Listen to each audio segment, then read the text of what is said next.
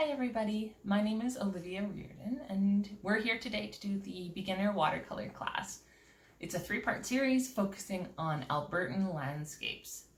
I am super excited and let's get started. First we are going to go over all of our supplies to paint this picture of the foothills, a little bit of the Rocky Mountains, and some fields and road. And you, as a beginner painter, will be able to paint this. It might not look exactly like mine, but it will have your own touches on it, and it will be awesome. You can display it on your wall or gift it to a friend. I'm really excited.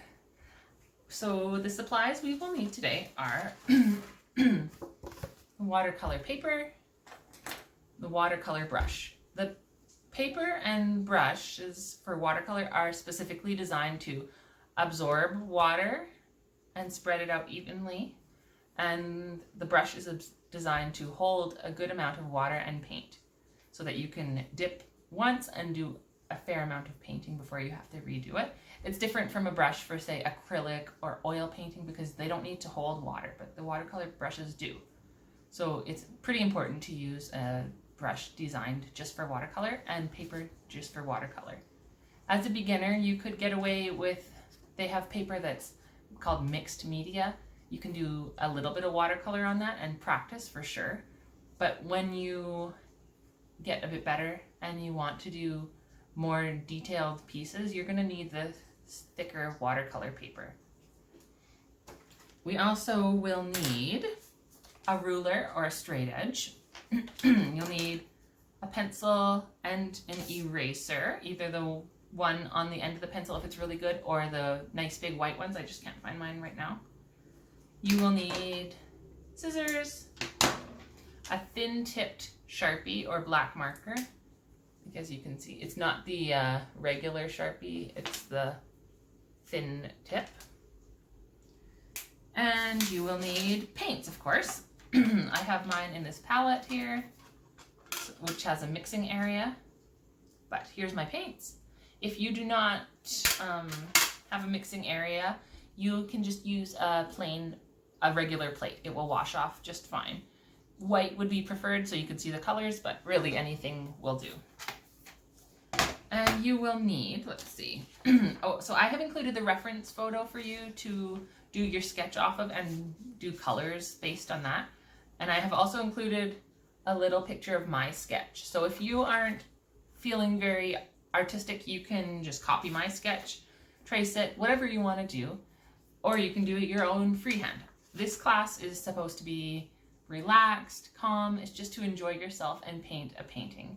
So you really don't, nothing has to be perfect. Nothing has to be the same as mine. Follow your heart. Let's see what else we need. I think that might be it. So we have the brush, the paper, the reference photos, paint, pencil, eraser. You will also need the masking tape to tape your painting down so it doesn't shift and so the paper doesn't buckle. You will need a cup of water. It's pretty important. For watercolor, we never take paint directly out of the palette. We always have our brush wet and we add water to the colors to create the liquid pigment. It's not the same as acrylic or oil where you just take the paint and dab it onto the paper or canvas.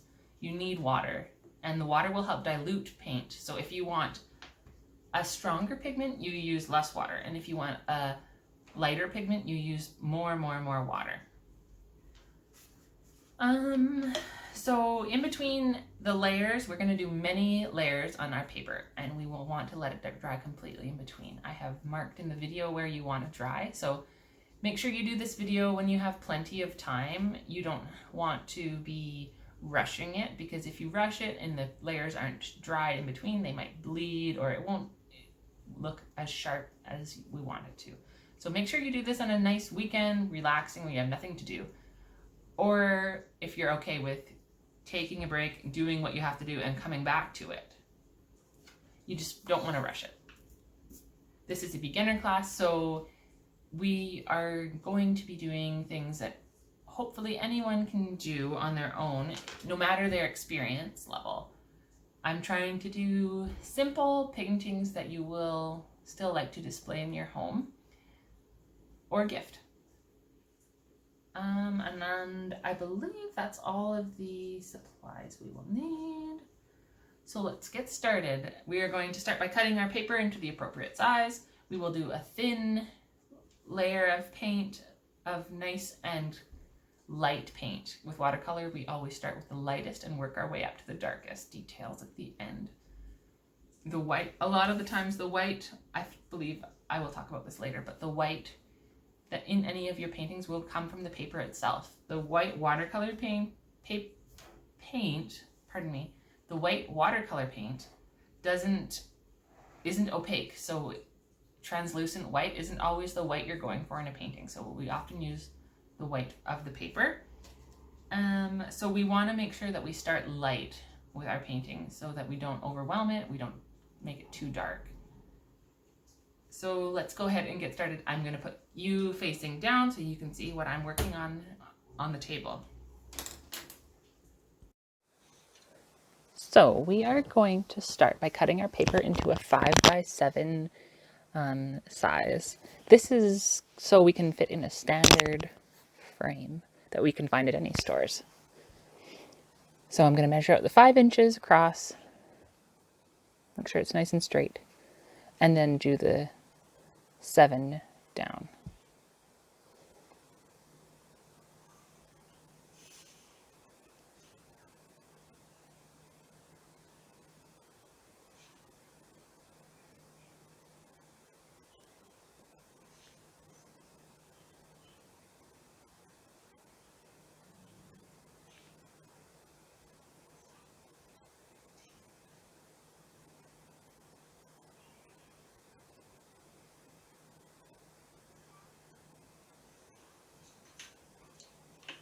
Then I'm just going to cut it out with some scissors, trying to make it as even as possible.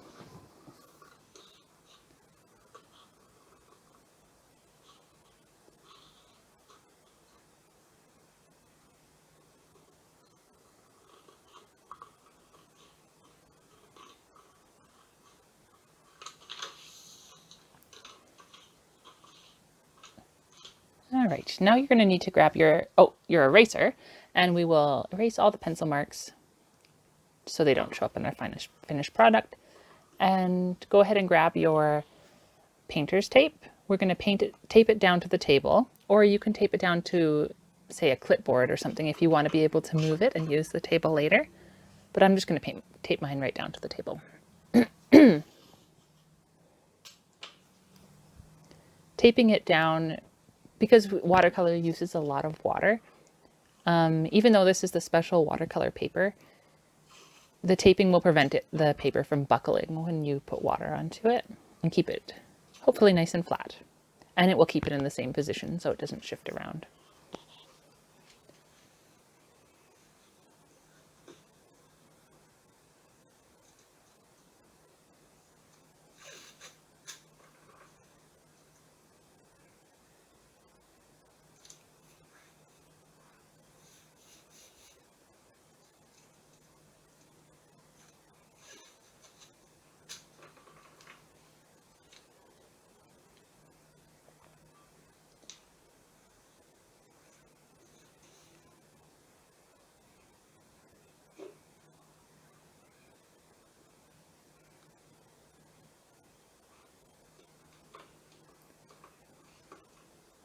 Okay, so now we're going to do a rough sketch of the image we want to paint onto the paper. I have it on my iPad here, but I have the printed copy for you. So we're just going to do a rough outline. We don't want to put in all the details. We just want a rough, so we can kind of paint in the specific areas and shapes the way we want it to look.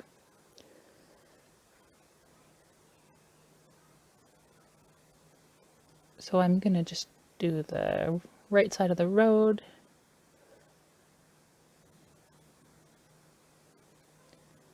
The little curve at the top of the road. And the downward side.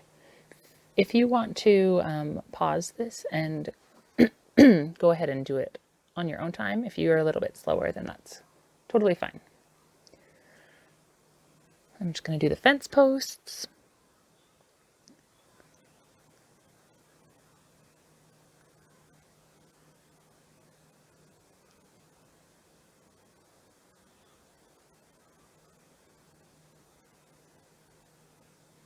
And we want to keep this as light as we can, just so it doesn't show up underneath the paint. Sometimes you can erase it if there's only a little bit of paint, one layer of paint on top of it. You can erase it without removing the paint, but I am hoping to not have to do that. So just do it light as possible.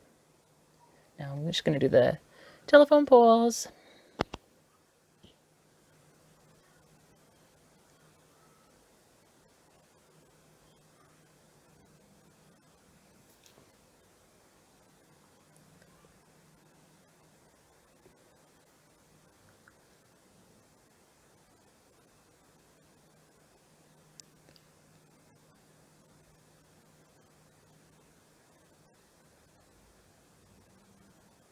Now I'll start marking out the fields.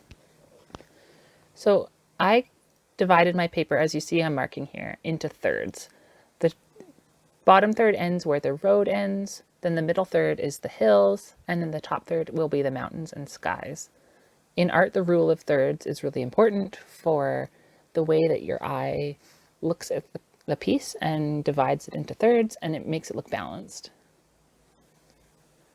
So I'm going to start sketching out some of those little foothills and the fields in front.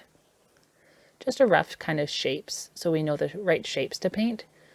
Our painting is not going to be exactly the same. This is just kind of a rough guide of the photo is just a rough guide of what we are going to create. It's not going to be identical, and that's okay. So just a few hills in there. You can do as many or as few as you'd like. And then we're going to mark out the fields. You can see shapes in these fields: squares, rectangles, triangles, pie shapes. You want to kind of copy the rough shape. It doesn't have to be exact.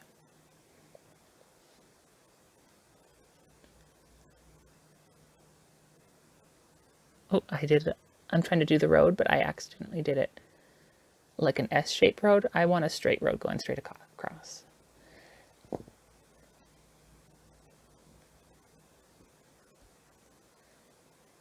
And I'm going to do a really loose outline of where I want the clouds to be. I'm not going to do the same clouds as in the picture. I'm going to do my own. So we want to have flat-ish bottoms and nice fluffy tops. I'm just going to do 2 clouds, like one big one and one smaller one off to the left. So we're going to keep those spots white when it comes down to painting. So you want just a rough outline of where the clouds are. It doesn't have to be super detailed. So I am done painting, or done sketching. So we're going to go on to paint. Go ahead and pause if you want to put in a little bit more work to that.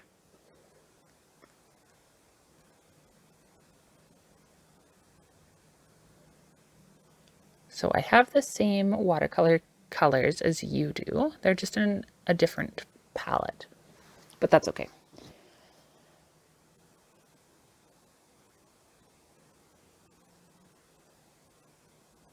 So I'm going to start by wetting my brush in the water and picking up some green. So as you can see in the reference photo, all of the fields are a slightly different shade of green. We want all of our fields to be a slightly different shade. They do not have to be the same shade as the ones in the photo. They just have to be different so that they stand out and contrast each other, and it doesn't look like just one big field. So my palette has a nice little mixing area here. If you do not have a palette with that, you feel free to just grab a plate from your cupboard and use that. It can easily be washed off after. So the first layer we're doing of paint, we're going to do several layers and let them dry. The first layer, we're going to just do a very light wash. We don't want any dark colors coming out. With watercolor, you can't really use the white color very much. We use the white of the paper, so we want to leave the parts that we want to be light or white blank. So we're just going to do a super light wash so we can get some darkness in later and have some contrast.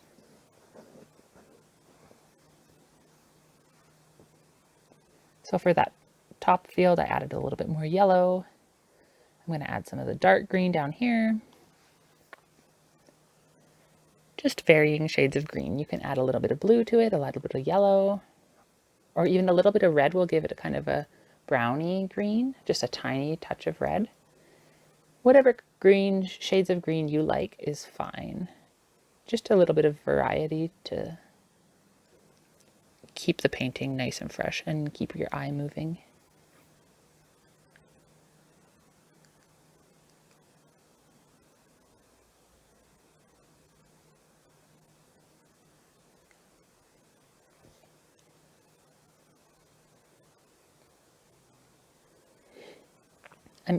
I'm making sure to leave a little patch there for where my road is going to be. We don't want to do the road over top of the grass. We're going to leave it white for now. Now I'm mixing a little bit of yellow into that green. As you can see, like I said earlier, oh, that one looks a little bit,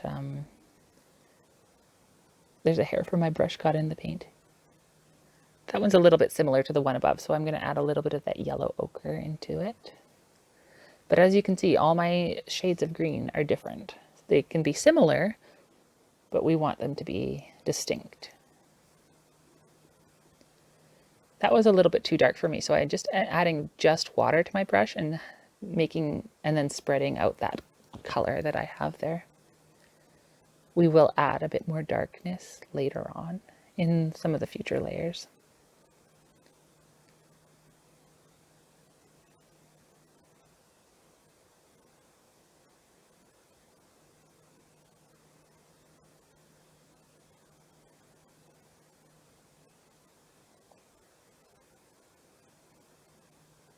I'm adding a little bit of brown.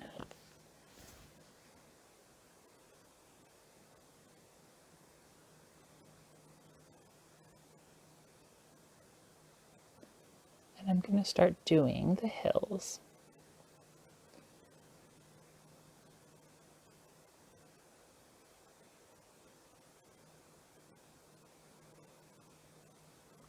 So keep in mind with watercolor, it is a wet medium. So it will, if the area that you're painting is right next to an area that's still wet, it might bleed a little bit.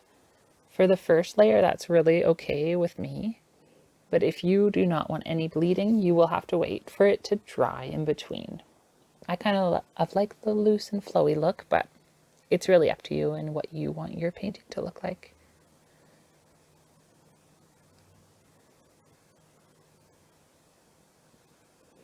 On future layers, we will make these hills and colors a bit more distinct because you can see they're running into each other a little bit, but we will fix that up later on.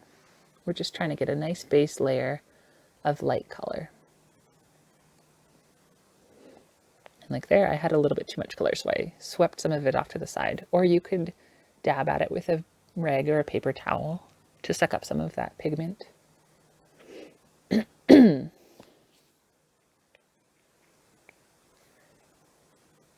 So I altered the color just a little bit and did another brown layer. I'm going to add a little bit of green to make it a bit different again, and a little bit more brown for the next hill. So it's a different shade again.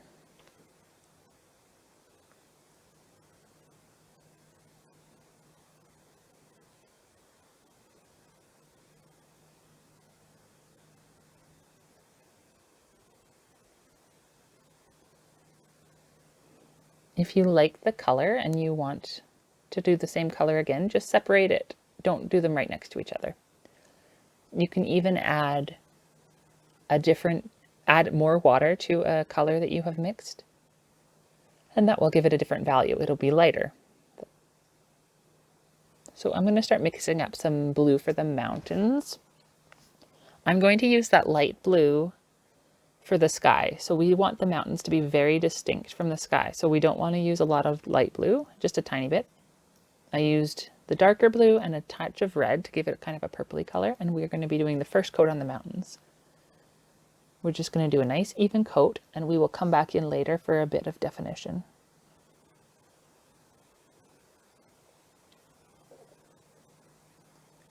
Now, I didn't copy the mountains exactly from the picture. I just kind of did what I wanted to do. So you can copy the mountains exactly if you want to, or do your own way, or copy mine, whatever you want. This painting, I really want to just have this be a guide. You don't have to do it exactly like I'm doing. If you want to do something a bit different, then that's completely fine. I had a bit too much pigment there, so I took my rag and sucked that up.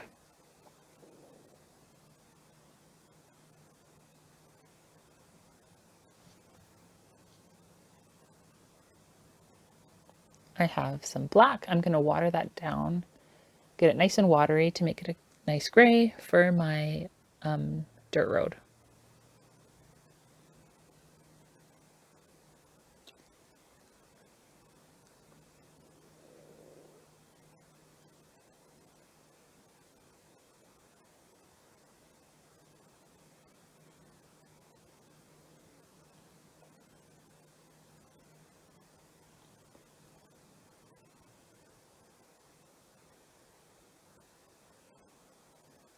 And then I'm going to paint in the little white spots there for the road as it trails away off into the distance.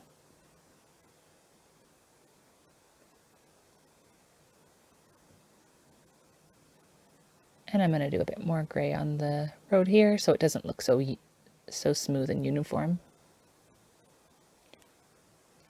Now we're going to start working on the sky. So I want you to get clean, plain water. And make sure your mountains are dry before you do that.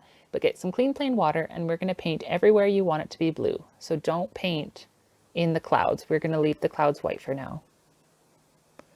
So paint under the clouds and over them, just with plain water. And then we're going to drop some of the blue that we mix into that. And then the water will help the pigment spread.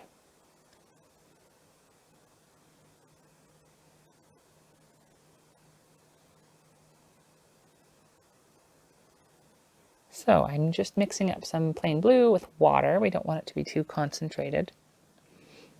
And maybe a tiny dab of the dark blue to make it that nice Alberta sky that you always see. As long as it's distinct from the mountain color. That's the most important thing, because we don't want the mountains to kind of blend into the sky. So once you're happy with your Alberta, I'm just taking a quick reference to the photo, but once you're happy with that bright blue Alberta sky that we all know and love, we'll just start applying that to the clean water we have on the paper. Applying water only to where the blue is will help it so that the clouds stay nice and white.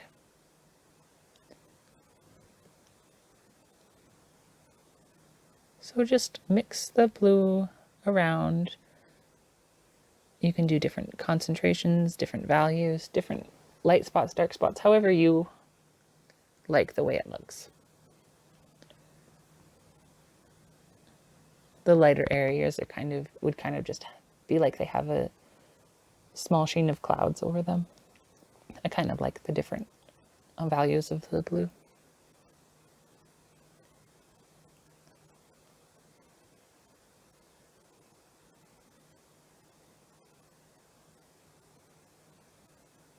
And if you splatter a little bit where the clouds are, that's okay too. No big deal.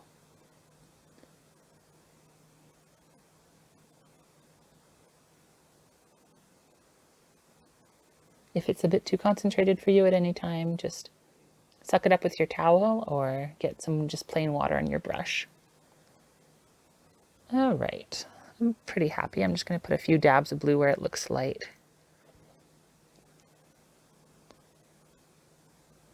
And then we will, once you're happy with that, you can let it dry. I'm just going to do another. Now I'm going to add a little bit of that brown that you see on the ditch to both sides of the road.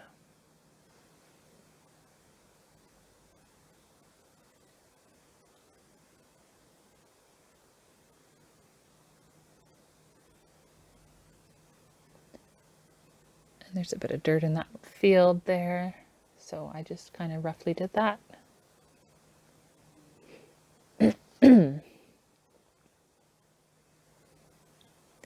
To blend it in, I just put plain water on my brush and kind of spread water around all the area where I wanted to blend it, and I was pretty happy with that, how that turned out.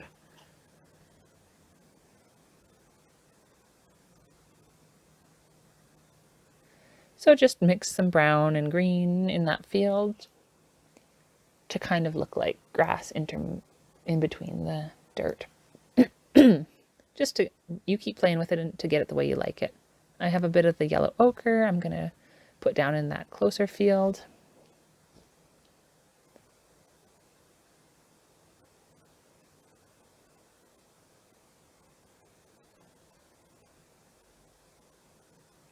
And another green again.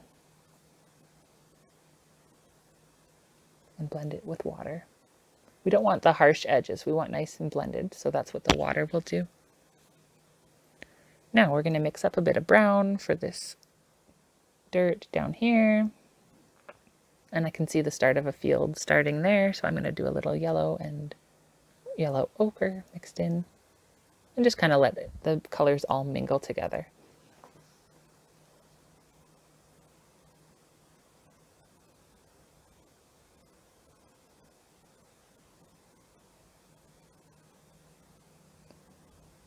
There's a bit of a dark green patch there, so I did that in with a little bit of black mixed in with the green. And now I'm going to go back and do a bit more brown in the dirt in the sides of the ditch.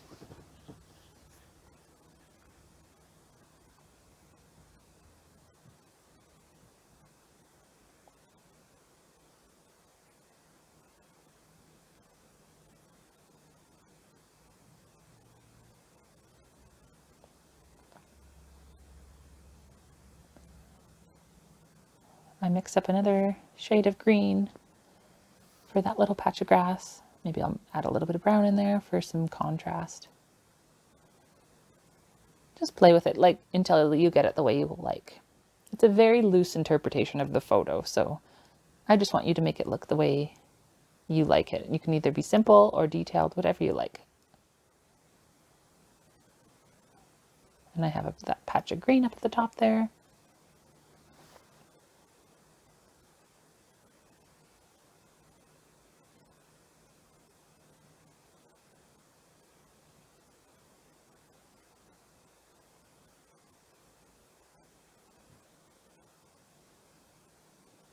So I'm just starting to add some rows of crops, kind of a loose interpretation of crops in that one with a bit of a darker green on top of the lighter green. And I'm going to start defining my foothills again. So I'm taking the browny black that I mixed there and just lightly going over the first hill. As you can see, as the water dried, the foothills that I did earlier kind of bled into one another. So we're going to try and make that a bit more distinct. So you can clearly see that it's different levels of the foothills instead of just one kind of different colored blob. We don't want that. So if you really don't want it to run in like I didn't there, you can see I left a tiny sliver of dry in between my two foothills. You can come in later and fill that in once it's dried, but leaving the tiny bit of dry in between will make sure that it doesn't bleed into each other.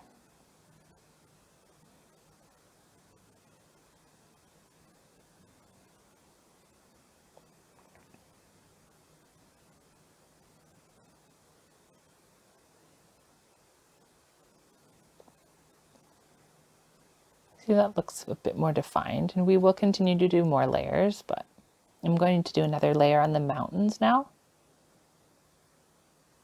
So I am doing it mostly the same color all the way across right now, but kind of starting to decide which of the mountains, as you can see here, which of the mountains are in front, which of the mountains are in behind, and making some of them come down all the way to the foothills there in front of each other. So those ones that I'm doing dark now are kind of in the background, and the lighter ones are a bit up close. we will continue to work on these mountains, especially as we let them dry and we work again. So I found a few spots where I wanted to add a little bit more color to the sky. That bit of shadow you see in my sky there isn't actually a shadow. The paper just wrinkled a tiny bit. So it looks kind of brown there, but it is blue in real life. So I'm just dabbing away a little bit of the excess.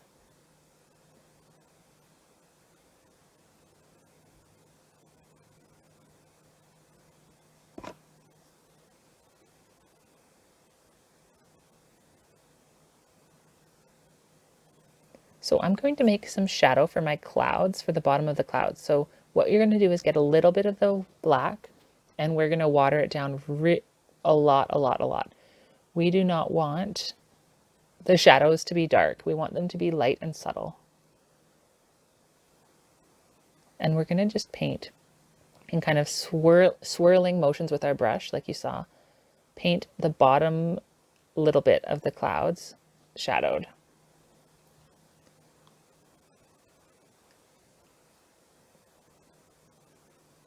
And like clouds in real life, sometimes there's little shadows here and there intermixed. So I did a few of those. And on my other batch of clouds too. I don't love the shape of this cloud here as much as I did the first one, but that's okay. We're going to do more shadowing later, so we just want a really light wash of shadow at the bottom and maybe a few patches in the top.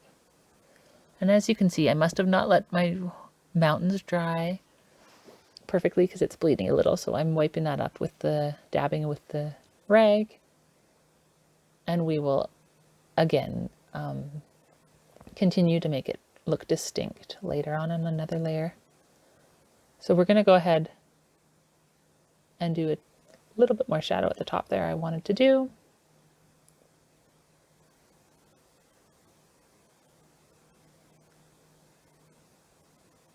Just whatever you think looks nice. You can look at a picture of clouds online too. Nice fluffy clouds if you'd like to. Or just look outside your window. And now we're going to let this completely dry. Now that it's nice and dry, we will start doing another layer on these mountains. So just get the same kind of bluey purple dark color that we did previously, and just start painting another layer on top to make it distinct from the sky.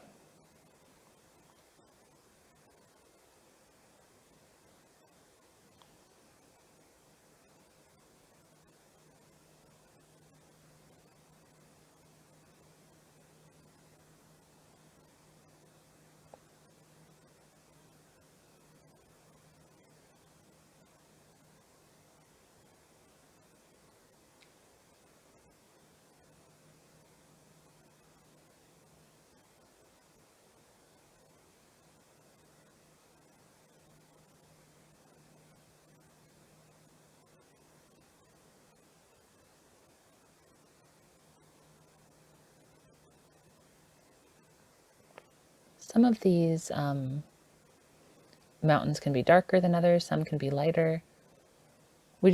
They're all generally kind of the same color in the reference photo, but it's up to your interpretation. If you would like a little bit more detail on your mountains, then feel free to add that. And if you want them all to be the same, then that's okay too.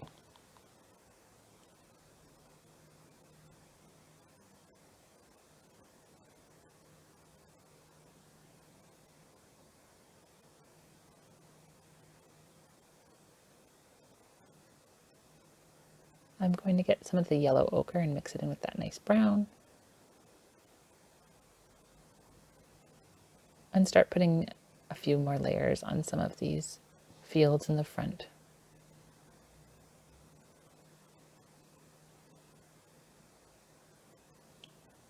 You always want to make sure that you're adding water to these pigments and not just using straight pigments straight from the pan. The layers are what makes it look even darker. And I'm just going to do a little bit of blending here because I saw some distinct lines that I didn't want. So just plain water on my brush, and I'm just kind of rubbing these lines to mix it, to blend it in. If you like the look of the lines, then you feel free to leave them, but I'm just going to blend mine.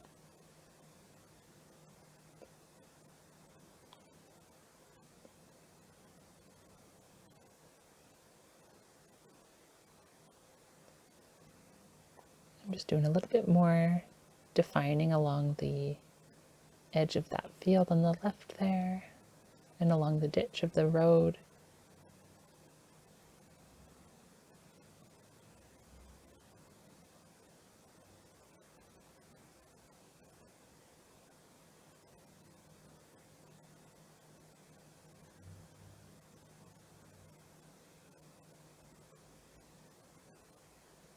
If you're happy with the way your ditch looks, then feel free to leave it. But I'm just adding a little bit more depth to that brown. Now I'm taking the blue, dark blue, and doing another layer on the mountains. The more layers you build up, in my opinion, the nicer it looks. But like I said earlier, if you're happy with your mountains, go ahead and leave them. When you're happy with something, just let it be. That's kind of a hard lesson with watercolors. Sometimes if you overwork things, it doesn't always make it better. So if you're satisfied, just let it go. Don't keep working on it. Because if you make a mistake and you ruin it, you'll feel bad. I'm just adding a little bit more color to the clouds, to the blue sky behind the clouds, sorry. And I'm adding a tiny touch of blue in some of these clouds just to give it a little bit more depth. Really watered down.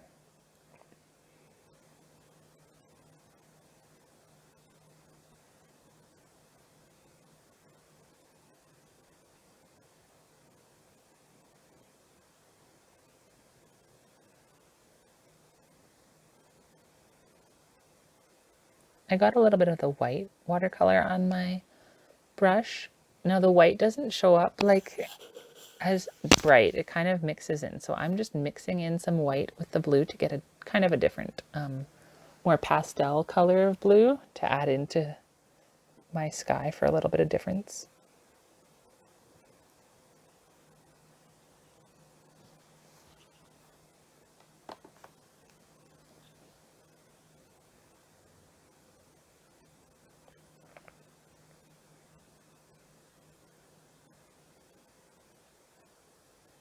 I wasn't in love with the shape of my left cloud, so I was trying to fix it a little bit, but I didn't love that, what happened, so just blotting it.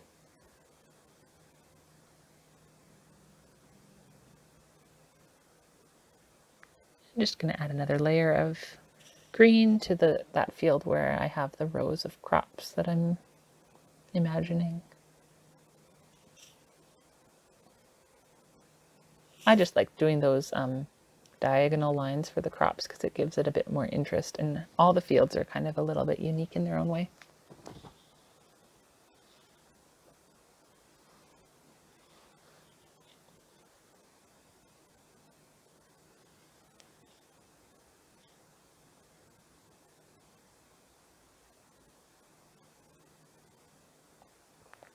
Just adding a bit of dark green,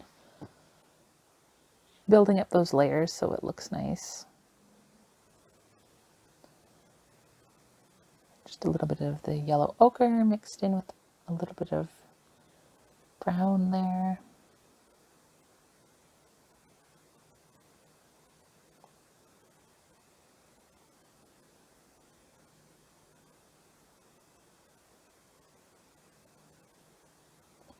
And then applying that to that field in front. Just kind of rough, back and forth.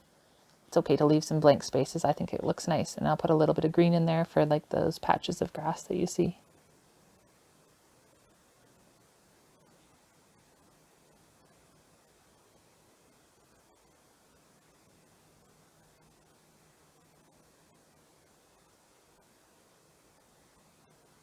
So I'm taking a little bit of black, watering it down, and putting another layer of gray on my road. Oh, I went a little bit out of the bounds there, so I just took swiped it a bit with my brush. If you get your brush clean and dry, it can really soak up a lot of unwanted mistakes. I'm just smoothing out my road.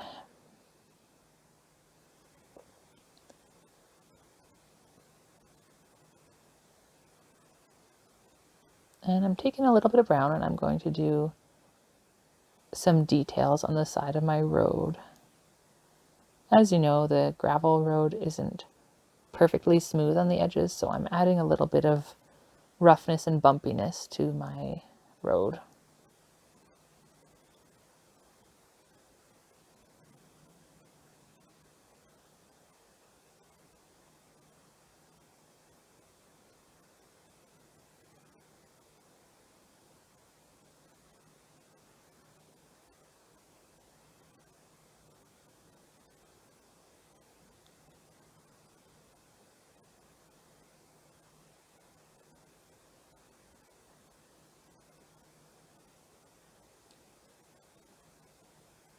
I'm going to do another layer on my mountains.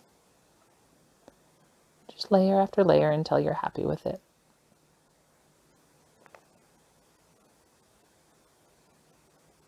Adding a bit of contrast, I'm trying to leave some areas lighter, some areas darker. But if you like the smooth look, then that's fine. Up to your personal preference. And if you ever feel like it's too dark, you can suck it up with the dry brush, like I said earlier, or with the paper towel or rag or whatever.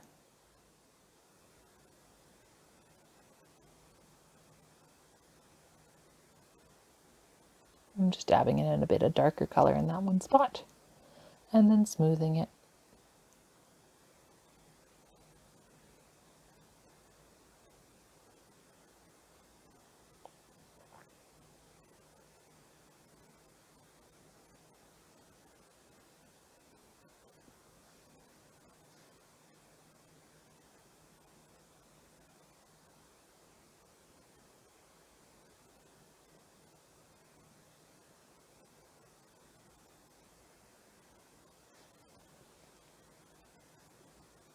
So once that's all dry, I'm going to let that dry, and now I'm going to do another layer on my foothills. Just that one I found was really blending into the brown above it, so I'm making that one a little bit darker so it's distinct. And adding in a bit of dark spots to the green hill, not covering the whole thing, just a little bit on the top and here and there. And then the point, so it's very clear that that's green there.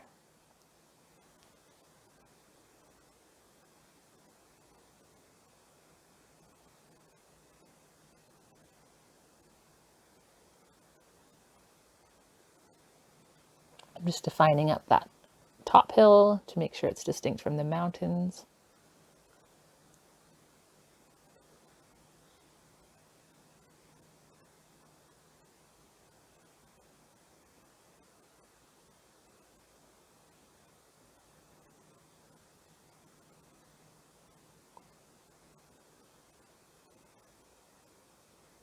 And just playing around with the foothills there, adding a bit of dark in where you see fit, just until you're happy with it. Sometimes it takes a few layers to get it the way you like it.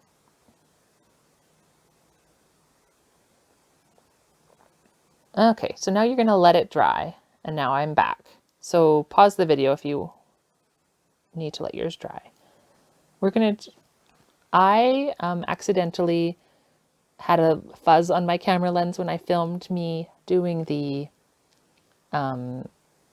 fence posts and the power lines.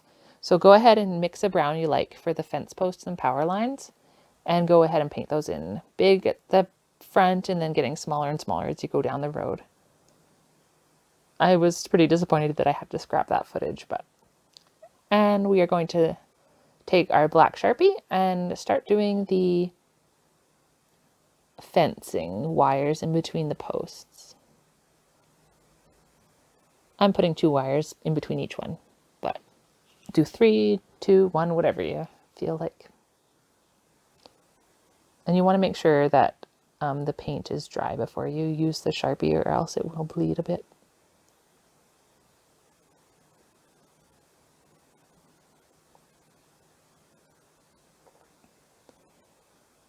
So I always do the Sharpie at the very end. It's kind of the finishing details. And there's the power lines.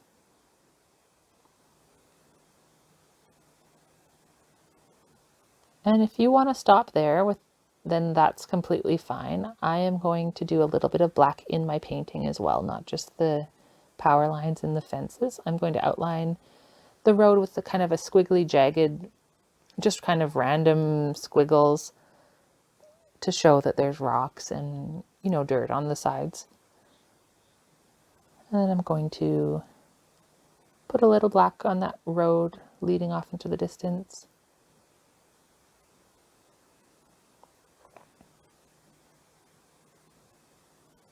This is all personal preference. If you don't want to do these, then you don't have to.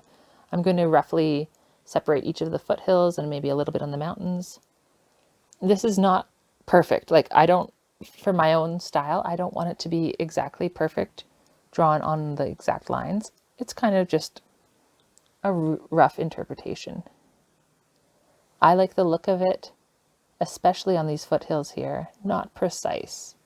Sometimes it's not exactly in the right spot. See down below a little bit, but it's the rough idea of it, and it separates them nicely and it looks a little artistic. I put a black line separating the fields. But like I said, if that's not the way you want to do it, then feel free to stop. So I put a few lines in the fields. I like that, but it's up to you. Outline that big power pole a little tiny bit on one side. And sign it. And you're done. We are going to carefully remove this masking tape, very slowly and carefully. I'm sorry the bottom is a bit off the camera. I didn't notice that when I was filming, but you'll see when I remove the tape. So the painter's tape, although it is made for painting, it does sometimes rip the paper, so go super slow. We don't want to rip our hard work. And the lovely part about the painter's tape is that it leaves a nice white border, and I love that look.